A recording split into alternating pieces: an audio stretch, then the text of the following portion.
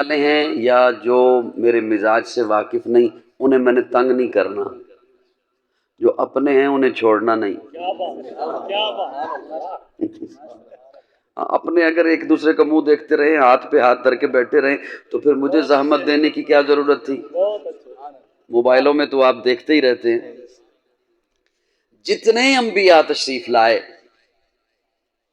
اگلے دنوں پڑھ رہا تھا تو پڑھتے پڑھتے یہ بات ذہن میں آئی، جتنے انبیاء تشریف لائے باغات والے علاقوں میں، نہروں والے علاقے، دریاؤں کے علاقے، چشموں کے علاقے، ہزاروں انبیاء تو فلسطین کے علاقے میں تشریف لائے۔ کہیں دریائے فرات ہے، کہیں دریائے دجلہ ہے، کہیں نہریں ہیں، کہیں چشمے ہیں، کہیں باغات ہیں۔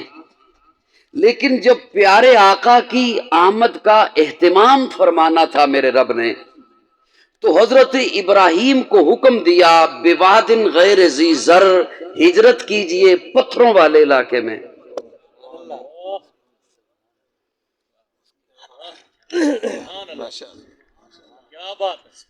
کوئی بات نہیں، کر لیں، ہوگی وقت کافی ہے نا ہمارے پاس، 4-5 گھنٹے ہیں، خیر ہے۔ اب مجھے سن رہے ہیں؟ میری جب بات سمجھ آ جائے نا تھوڑا سا مجھے فیڈ بیک دے دینا ہے، مسکرا کے دے سکتے ہیں، غصے میں بھی دے سکتے ہیں، کسی بھی انداز میں دے سکتے ہیں، میں بڑے کھلے دل والا ہوں انشاءاللہ۔ تنقید کریں یا تائید کریں، کھل کے کیا کریں، ہمارے مذہب میں منافقت حرام ہے۔